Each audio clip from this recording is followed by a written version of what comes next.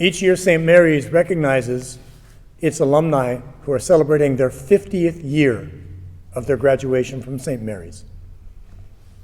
Our golden graduates, the class of 1970, another class that grew in a tumultuous time, will be represented by not only an alumna, but by a former faculty member, Mr. Antone Olivier.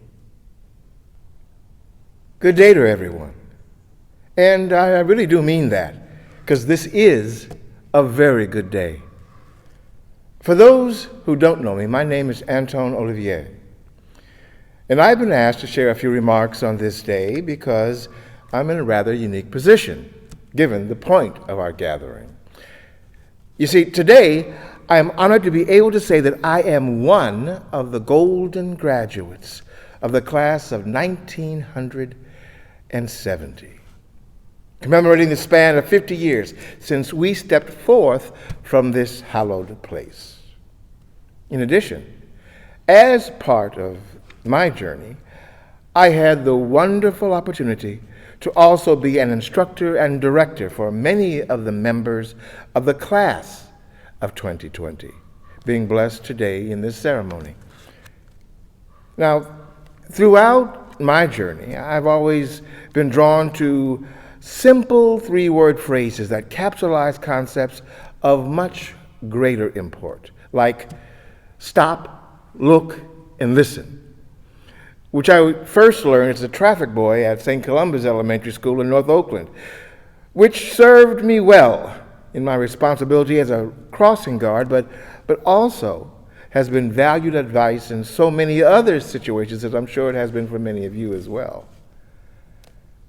When considering my St. Mary's connection, the phrase traditions, transitions, and tomorrows seems a fitting description of the overall journey.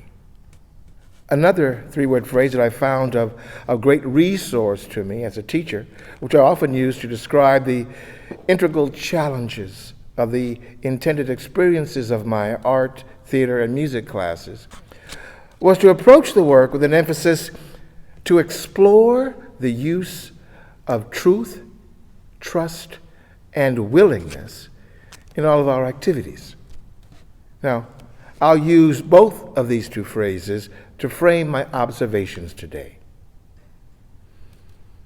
Using truth, trust, and willingness in our traditions, transitions, and tomorrows. Traditions. As St. Mary's products, we are steeped in the Lassallean educational philosophy, which focuses upon using our efforts on the encouraged development of the mind, body, and spirit of all associated with the institution. As grand and expansive as that conceptual work may be, it is contained and capsulized in the truth condensed in a simple, traditional Lassallean phrase. Let us remember that we are in the holy presence of God. This term acknowledges the presence of the divine in everything and everyone as an absolute universal truth that is unchanging and unchangeable, same today as yesterday, and on into our many tomorrows yet to follow. Furthermore, we of the class of 1970 were taught to accept and respect that every one of our classmates in this diverse class was a unique representation of God's identity and instilled with the tools to realize and achieve a very particular purpose. These traditional ideals were passed on to us through the dedicated efforts of visionaries like Brother Mel Anderson and Thomas Brady, accountability agents like Brother Lauren or Brother Benet, and influential men molders like David Delgado, Rich Medallia, Colbert Davis, Hugh Louderback, and Bobby Barrett, to name only a precious few. From them, we learned the importance of trust. Emerging through the volatile and turbulent times of transitions into the 70s, we had to learn to establish trust in ourselves and the ability to forge trust and faith in one another's potential. We had to see and support each other through the fall of Dr. King and Bobby Kennedy, and the rise of the Weathermen and the Black Panther Party. The Vietnam War winding down, and the summers of love firing up. The adoption of Roe versus Wade into law, and the birth of the Watergate hearings as the new normal. We were placed in a very special position for transition. You see, before our time, there were no cell phones, no internet, no cable TV even. We emerged becoming known as the generation of innovation. But it was the transition through these times that is ultimately important. We were positioned so some of us could see as part of our own experience 3 generations back before us. And now, 3 generations extending from us. We can fully realize the effects of choices made before us by parents and grandparents, and their influences upon the opportunities that unfolded for us. We were given people in our lives and tools to trust. We were also given a responsibility to share those gifts, to pass the baton, to pay it forward, as it's said. And as a result, we have become awarded as educators, celebrated as doctors and scientists, gifted as musicians, successful brokers, businessmen, tradesmen, union reps, and committed social activists.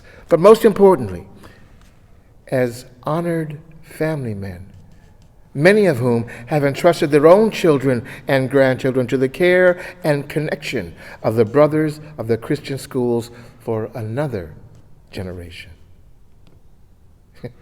Earlier, I described working with the class of 2020 as a wonderful experience, and I chose the word wonderful to fully mean wonder-filled. I remember seeing you all enter that first day of freshman year, anxious, ready, uncertain, confident, edgy, energetic, and very much alive. Humble without seeming meek, self-aware without selfishness, idealistic without being impractical, quick-witted without being boastful, playful without being frivolous, committed and determined without blinders, and most of all, talented and blessed without limit. Look how you've transitioned. Today, I am still wonder-filled, having witnessed some of your accomplishments both individually and communally since that start just 4 years ago. Usually, it's the job of one in my position to offer to graduates knowledge necessary to skillfully navigate and manage the journey ahead. But who could have anticipated the degree of redefining and reinventing required by the circumstances imposed by this year? The immediate demand upon the school's administration, staff, faculty, families, and you, the students, has been nothing but impressive in its navigation by all, with what clearly can be called God's influence and benevolent hand as guardian and guide. Again, divine guidance through a transition of turbulent times to foster another generation for even more profoundly world-changing innovations. Now, from what I've heard and witnessed, you are already using these tools entrusted to you to lead us forward while continuing to become courageously curious, reflectively responsible, and authentically accountable to yourself, to others, and ultimately to your God. Your response to the events of the past 6 months has given us an initial indication of your ability to meet the challenges of your tomorrows with a tested commitment to a spirit of willingness. Author Iyanla Vanzant characterizes this willingness in this way. She says, it's one's state of mental and emotional receptivity, which directs and determines conscience and character. Well, by this definition, I believe that the class of 2020 has already shown themselves ready, willing, and able to meet and manage challenges previously unseen.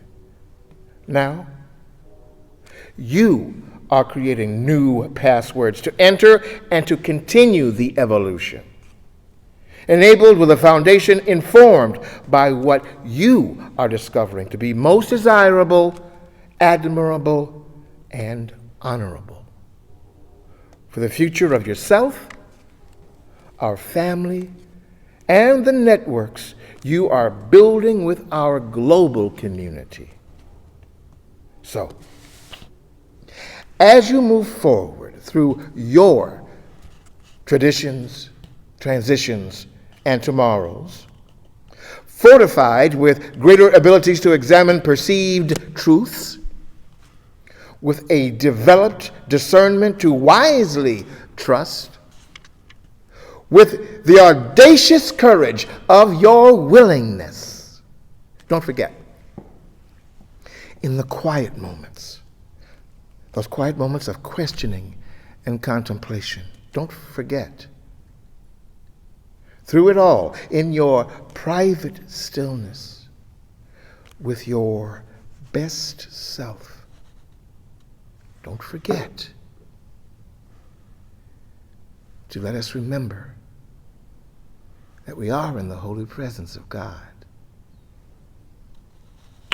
Congratulations. We celebrate you all. And may we all continue to be blessed in all that we do. Thank you.